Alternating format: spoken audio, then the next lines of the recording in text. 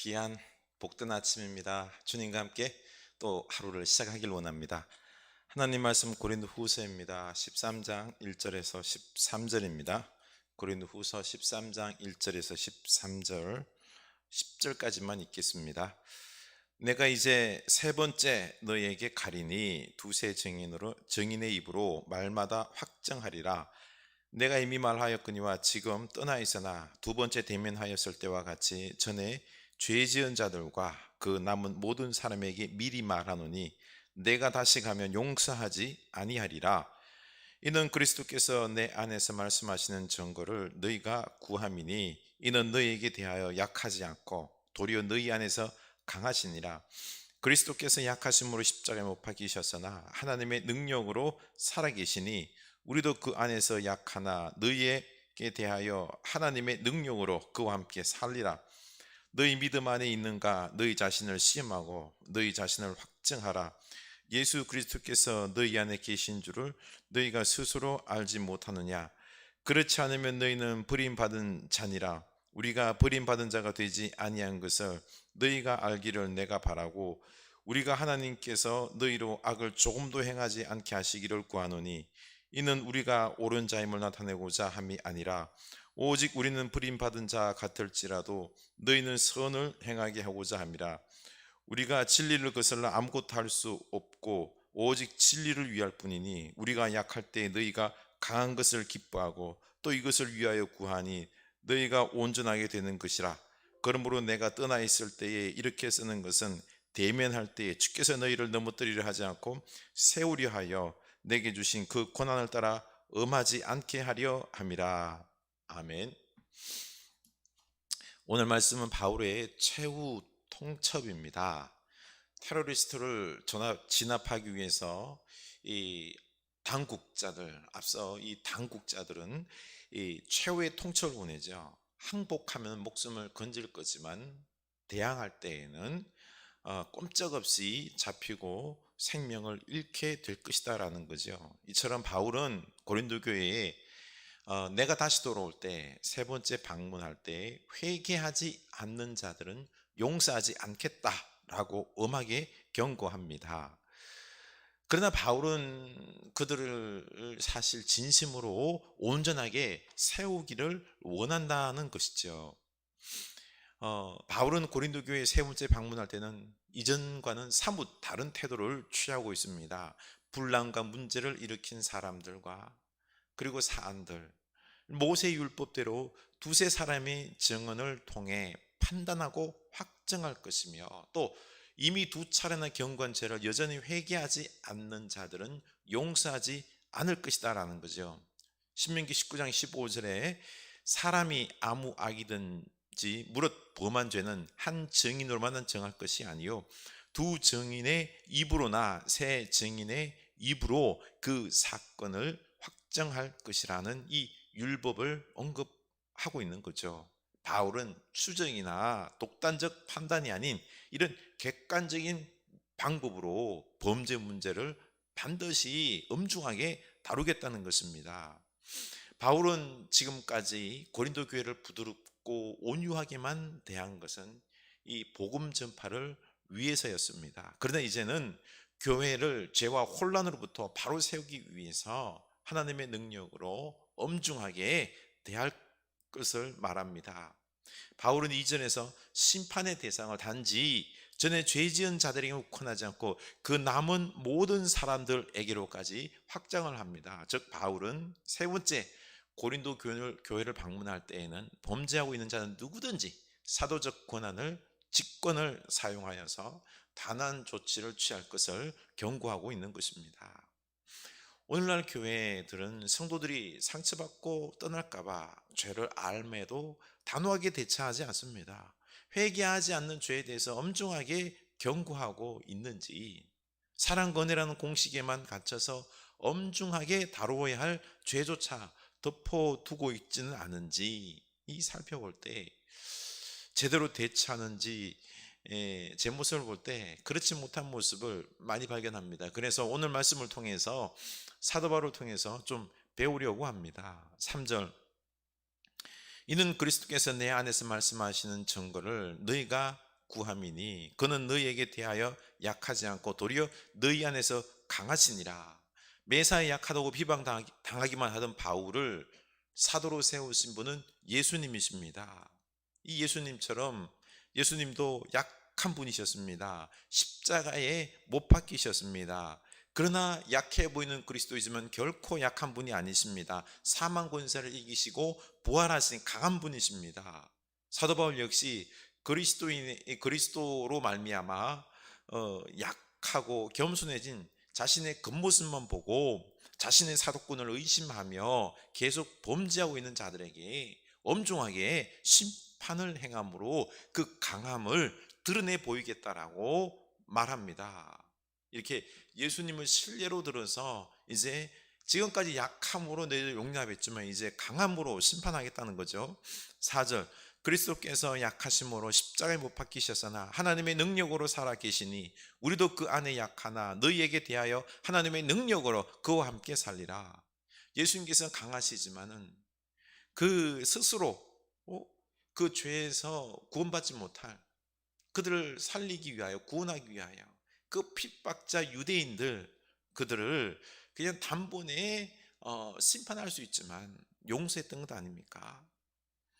스스로 이 힘으로 구원받을 수 없는 그 죄인들을 구원하기 위해서 스스로 약해지셨다는 것입니다. 바울이 고린도 교회에 전했던 이 복음의 핵심인 것입니다. 그들을 사랑하고 용서하고 기다려주면서 복음 안에서 그들을 얻기 위해 구원받게 하기 위해서 약한 모습을 보였습니다. 그러나 이제는 더 교회를 혼란스럽게 하는 걸 좌시할 수 없기 때문에 강함으로 처리하겠다라는 것입니다. 십자가에서 보여주신 이 예수님의 약함이란 우리 인생들에 대한 사랑이 너무너무 지극하기 때문에 그렇습니다. 하나님의 능력으로 강하여지심이란 이 약한 자들을 향한 뜨거운 사랑이 충만한 곳에 하나님의 은총 또한 풍성하다는 의미로 생각할 수 있습니다. 실제로 우리는 모든 면에서 약함보다는 강함을 더 추구해 왔습니다. 그래서 때로는 허세를 부리면서 자신의 강함을 보여주려고 했는지 어떻습니까? 이렇게 강함을 보여주려고 했지 않습니까? 아는 것도 없으면서 아는 척하고 가진 것도 없으면서 많이 가진 척 대단한 듯 했습니다. 그런데 그렇듯 강한 사람들은 강한치 않은 사람들에게는 누구도 도움의 손길을 내밀 수가 없었던 것입니다. 이런 사람들은 자신의 어떤 허물이나 약점이 남에게 드러나서 자기 약점이 잡힐까봐, 자기의 어떤 완벽함이 무너질까봐 자기 관리를 철저하게 하려는 모습을 보여주기 위해서 강한 척하는 것입니다. 십자가에서 한없이 약해지신 예수님을 우리도 닮으려고 한다면 하나님께서는 우리를 더욱더 사랑으로 붙잡을 것입니다. 우리 어떤 강한 척 하지 말고 우리 약함을 자랑하며 이때 우리 하나님의 사랑이 우리를 붙잡을 것입니다.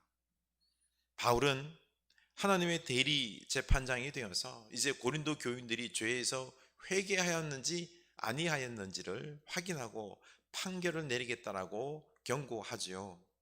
그러니 자신이 도착하기 전에 스스로 나 자신을 시험하고 내가 어떠한지 확정하고 회개하라고 권고합니다. 5절, 너희는 믿음 안에 있는가? 너희 자신을 시험하고 너희 자신을 확정하라. 예수 그리스도께서 너희 안에 계신 줄을 너희가 스스로 알지 못하느냐? 그렇지 않으면 너희는 버림받은 자니라. 바울은 고린도 교인들에게 자신의 사도직을 시험하기보다는 그들을 자신이 믿음에 있는지 나 자신을 시험하고 확증할 것을 권고하면서 동시에 고린도 교인들을 하여금 스스로에 대하여 철저히 자기 인식을 가질 것을, 셀프 회개를 호소하고 있는 것입니다. 만일 그렇지 않다면 예수 그리스도께 버림받은 자가 된다고 엄중하게 말하고 있습니다. 고린도 교인들은 스스로 재판관이 되어서 지금까지 바울이 사도인지 검증하고자 했고, 마치 바울을 버림받은 자 취급을 했지만은 실상은 이제는 도리어 그들이 버림받은 자가 될 위기의 처지에 처했습니다. 그러니 교인들은 더 늦기 전에 최후 통첩을 받아들여서 죄에서 돌이키는 회개를 해야 합니다.